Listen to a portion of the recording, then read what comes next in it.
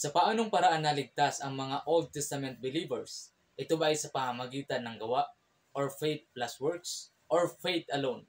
Sasagutin natin ang aral ng isang hyper-dispensationalist. Ang videong ito ay hindi para manira ng anumang samahan ng relihiyon, kundi paghahambing at pagsusuri base sa Biblia at mga referensya. Paalaala para sa aking mga kapatirang Baptist, kapag may naririnig kayong aral na magkaiba umano ang ebanghelyo ng 12 apostol at ni Apostol Pablo, sila ay mga hyper-dispensationalist. Kaya mag-ingat kayo sa kanila sapagkat Baptist din ang kanilang daladalang pangalan, pero taliwas sa Biblia ang kanilang katuruan at taliwas sa katuruan ng totoong Baptist. Do you think si Noah masave kung hindi siya nag-build ng ark? Hello? Do you think masave lang sila? Oh, I believe in God, faith alone lang ako. Kahit hindi ako mag-offering ng animal sacrifice. Do you think masave sila? So their faith should be expressed by their obedience. Our faith is only expressed by believing what Christ did. Hindi niya lubos na unawaan ang pagsunod ni Noah sa Diyos. Siya rin mismo ang nagsabi na ang pagsunod ni Noah sa Diyos ay pagpapahayag sa kanyang pananampalataya. So their faith should be expressed by their obedience. Kaya sumunod si Noah sa utos ng Diyos na gumawa ng arka dahil may pananampalataya siya sa sinasabi ng Diyos na hahatulan ang sangkatauhan sa pamamagitan ng malaking pagbaha. Ang nakita lamang ni Pastor ay ang pagsunod ni Noah. Pero hindi niya nakita na bago sumunod at gumawa ng arka si Noah, siya ay nakasumpong muna ng biyaya sa Genesis chapter 6 verse 8. But Noah found grace in the eyes of the Lord. Alam po nating makakasumpong lamang ang tao ng biyaya kung tayo ay sumampalataya sa Diyos.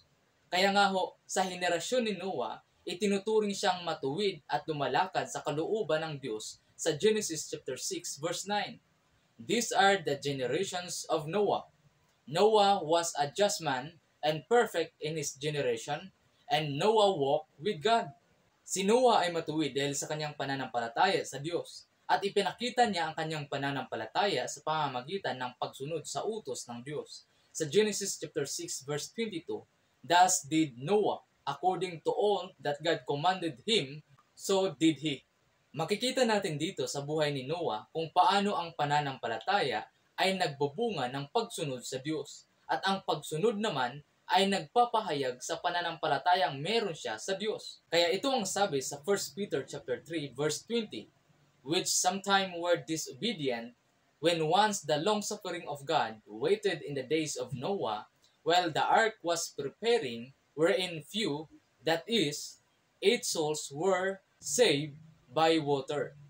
Sa Genesis chapter 6, pinakita roon na ang mga tao ay sobrang sama na, kaya nagbigay ng hatol ang Diyos sa pamamagitan ng malaking pagbaha. At ang mga nangagpahamak ay ang mga hindi nagsisampalataya sa salita ng Diyos sa panahon ni Noah. Logically and biblically, marahil ang pamilya ni Noah ay naligtas dahil sila ay sumampalataya sa Diyos. At hindi sila naligtas dahil sa paggawa ng arko, kundi sumampalataya sila sa Diyos.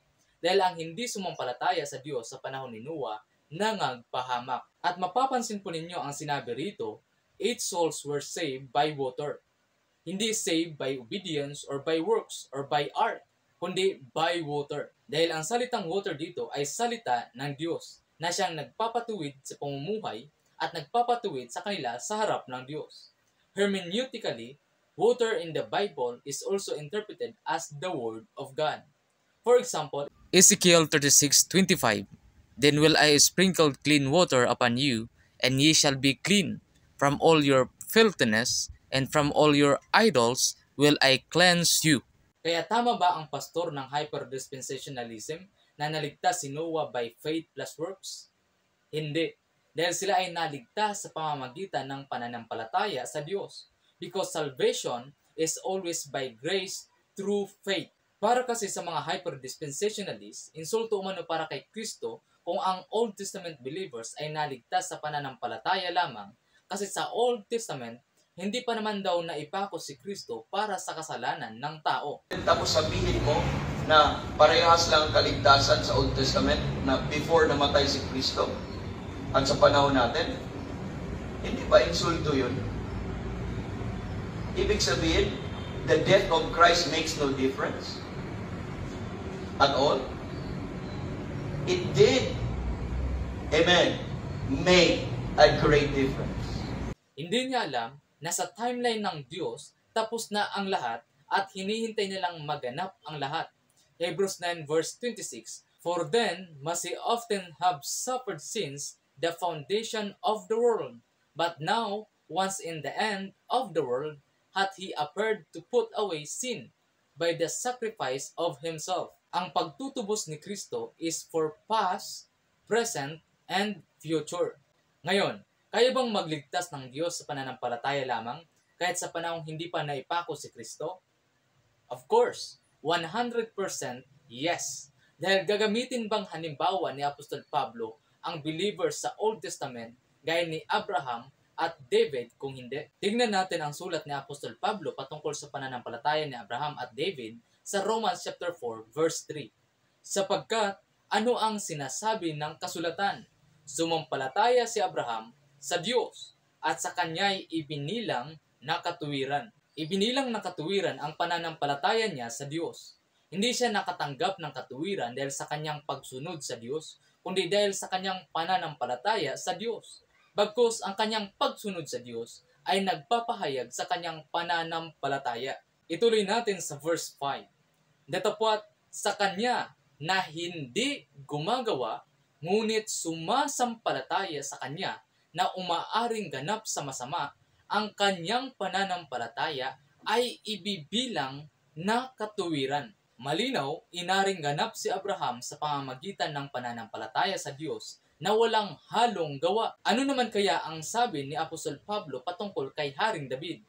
Basahin natin sa verse 6. Gaya naman ng sinasambit ni David, ang pagkamapalad ng tao na sa kanya'y ibinibilang ng Diyos ang katuwiran nang walang mga gawa. Uulitin ko, ang katuwiran ng Diyos ay ibinilang kay Abraham at David na walang halong gawa. Sa madaling salita, mali ang hyper-dispensationalist na ito na ang Old Testament believers ay naligtas sa pananampalataya at gawa. Kaya sa Romans chapter 3 verse 28 pa lang, nilinaw na ito ni Apostol Pablo. Kaya nga pinagtitibay namin na ang isang tao ay inaring ganap sa pamamagitan ng pananampalataya na walang halong anumang gawa ng kautusan.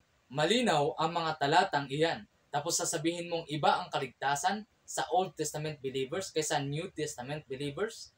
Tapos sasabihin mong insulto kay Kristo kung ang kaligtasan sa Old Testament ay through faith alone. Kung may malaki mang insulto sa Diyos, walang iba kundi ang aral na magkaiba ang kaligtasan sa Old Testament at New Testament at magkaiba ang ebanghelyo ng 12 apostol at kay Apostol Pablo. Kung gusto niyo po ang ganitong content, malayo po kayong sumuporta sa ating YouTube channel. I-search niyo lang po sa inyong YouTube engine ang Answering Falsehoods. At pwede po kayong pumili ng playlist kung ano po ang gusto ninyong panoorin.